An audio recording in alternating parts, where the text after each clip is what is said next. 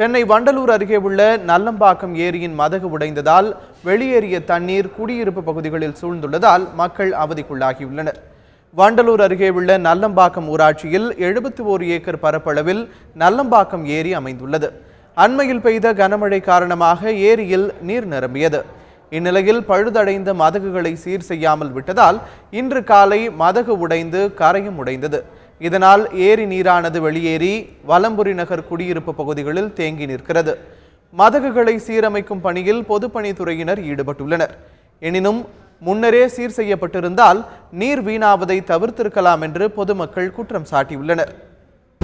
நல்லம்பாக்கம் பஞ்சாயத்தில் இருக்கிறது இது பெரிய ஏரி, ஃபுல்லாக தண்ணி இருந்தது. திடீர்னு காலைல ஒரு 6:30 மணி போல் ஏரி உடச்சிக்கின்னு பக்கத்தில் இருட்டாக்கு இந்த வளம்புரெல்லாம் தண்ணி போட்டு ரோடு வழியாக ஃபுல்லாக அந்த ரத்தமால் ஏரியில் போய் சேருது. ஊர் உள்ள தண்ணி வரா மாதிரி இருக்குது, ஆனால் ஊர் உள்ள தண்ணி வரல. ஆனால் இது சொல்லப்போனால் ஃபஸ்ட்டு முதல்ல சிறு சிறுவாக தண்ணி கொஞ்சம் லீக்கேஜ் ஆகிருந்து இப்போ பொதுவாக மொத்தமாக உடஞ்சி விட்டது ஏரி. இப்போ எல்லாம் சரி செஞ்சுருக்காங்க, மண் மூட்டெலாம் போட்டுருக்காங்க. ப்ளஸ் எல்லாமே இப்போ பொதுப்பணித்துறை வேலை செஞ்சுருக்காங்க எல்லாமே. அதேமாதிரி இன்றைக்கி தண்ணி நிப்பாட்டோன்னு நினைக்கிறேன் நான். செங்கல்பட்டை அடுத்த உதயம்பாக்கம் படாளத்தை இணைக்கும் தரைப்பாலம் கனமழையால் முற்றிலும் துண்டிக்கப்பட்டுள்ளது.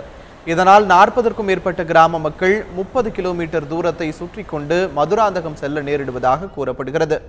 எனவே இந்த பகுதியில் புதிய தரைப்பாலம் அல்லது மேம்பாலம் கட்டித்தர வேண்டும் என அப்பகுதி மக்கள் கோரிக்கை விடுத்துள்ளனர்.